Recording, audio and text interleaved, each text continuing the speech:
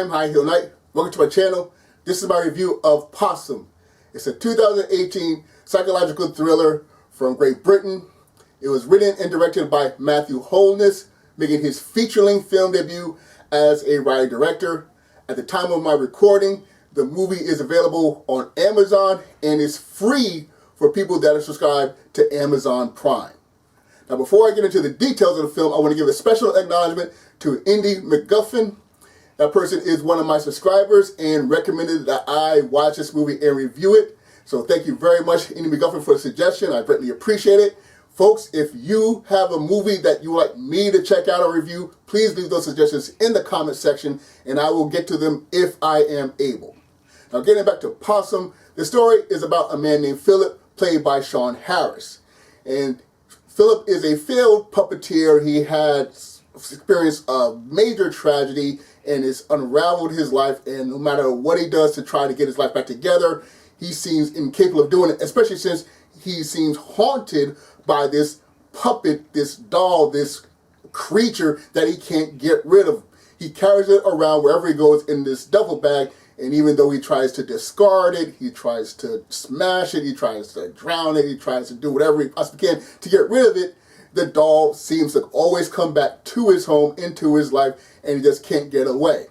Now, it's very clear that Philip is disturbed, but is he disturbed because of a particular tragedy and he just can't deal with it? Is this doll a manifestation of his insanity? Is the doll real and is haunted? What is going on with Philip and this disturbing puppet? Now, getting to what I enjoyed about the movie, the performance by Sean Harris is fantastic. He is fully committed to the role. He's not like other insane characters that are wild and crazy. In fact, he's very subdued. He's pretty quiet. Writer-director Matthew Holness said he wanted initially to try to make a silent film horror story, but he realized he couldn't really do that. So he has Philip not talking much, not interacting with people much, and the way Sean Harris just stares or walks creepily or just stands eerily, it's very clear that even when he's not really doing anything, you can tell he's just slowly going crazier and crazier. Another thing I like is how well lit this movie is. One of these annoys about horror films that lots of times scenes are in darkness for the sake of it being in darkness and adding creepiness. Even if someone's inside their home and there would be light, you know, people like to be around light. So I liked in this movie that a lot of it takes place during the daytime, a lot of it takes place outside, and even when he's inside, the home is pretty well lit and things like that. So yes, I'm not crying. Turn on the lights as I watch this movie. Now, getting into the negatives, this movie is nice, but it's just not enough to justify a feature-length film. This movie is actually based on a short story that the writer-director made for an anthology horror project, and he decided to try to expand it to a feature film, and there's just not enough here. There would be enough, he was making like an hour-long Twilight Zone episode, but as far as a feature film, he doesn't bring enough to the table. Which leads me to the way the movie ends. Now, the climax is spectacular. I did not see the climax come in. The climax saves this movie overall. But after the climax, the movie just sort of stops.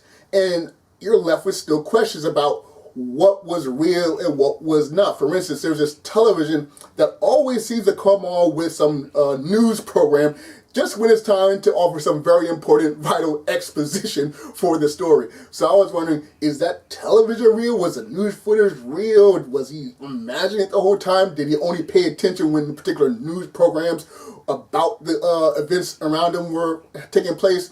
So yeah, there's a lot of little questions because the movie just sort of stops after that amazing climax.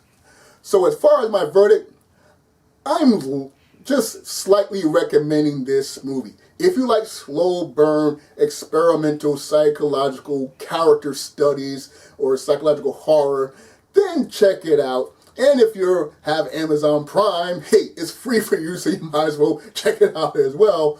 Otherwise, steer clear. There's just not enough to justify a feature-length movie, and it's not particularly scary or hard. It's just, you spend most of your time thinking, hey, okay, he's insane, and he's got some weird doll that might be haunted. What else is there? And there's just not much else there. So with that stated, I give Possum a C+. plus grade. Okay, thank you very much for watching, and once again, thank you, Indy McGuffin, for this suggestion. Folks, if you have any suggestions, remember to leave those suggestions in the comment section, or if you've seen Possum, leave your thoughts about the movie in the comment section.